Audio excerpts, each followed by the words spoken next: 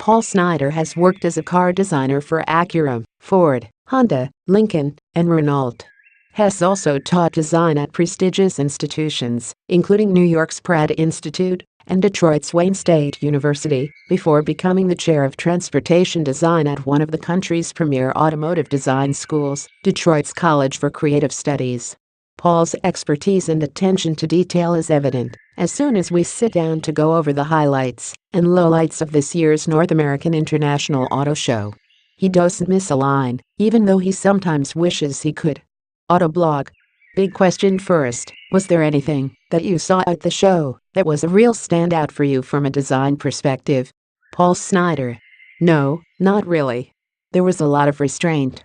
And I can only guess that the OEMs are hiding all the significant next-generation technology vehicles, and what they're doing now is just maturing the vehicles that have existed for some time.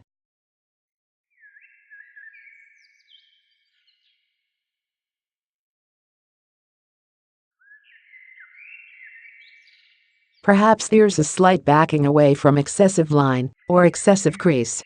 I don't think it's universal. The new Camry's a little creasy.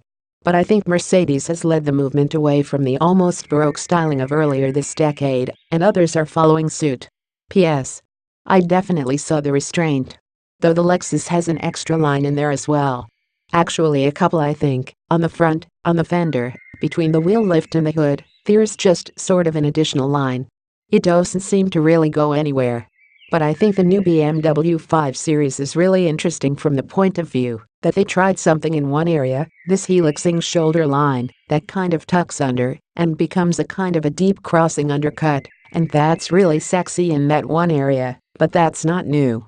What's new is that BMW is using more lines than they've ever needed to.